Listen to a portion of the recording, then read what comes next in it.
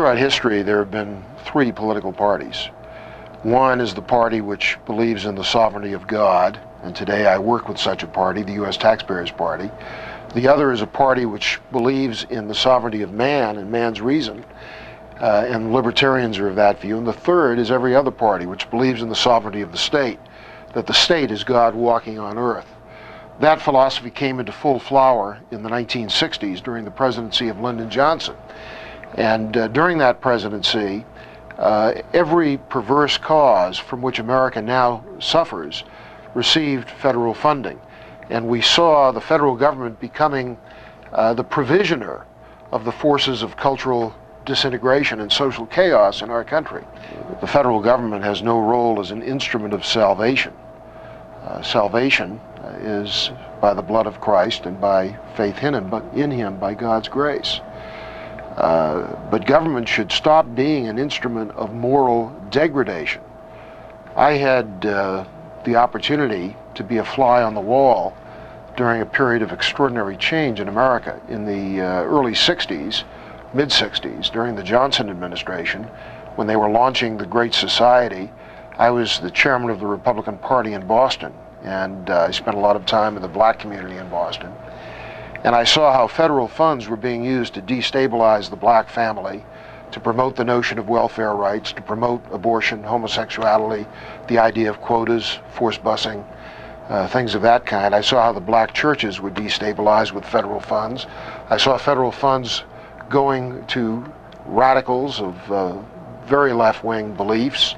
As director of the U.S. Office of Economic Opportunity, I came to see exactly how that was being done, and I worked very hard to persuade President Nixon to veto the continuation of that funding. Tragically, President Nixon, like all of his successors, not only signed into law additional appropriations, he in fact created new entities that did more harm. So did his successors.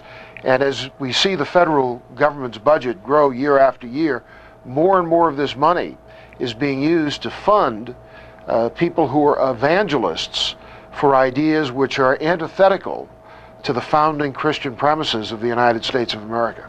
Congress has the right and the duty to set policy in areas which are assigned to Congress in the Constitution, especially in Article 1, Section 8.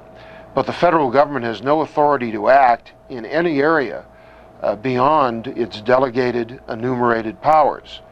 What I particularly object to is the Congress giving money to private organizations which use tax dollars for cultural, ideological, economic, political advocacy, whether it's through the National Endowment for the Arts, the Legal Services Corporation, whether it's to groups like Gay Men's Health Crisis in the name of AIDS education, whether it's to Murder Incorporated, otherwise known as Planned Parenthood, which uses tax dollars to the tune of billions over the years to advance its agenda of promiscuity and liberal abortion.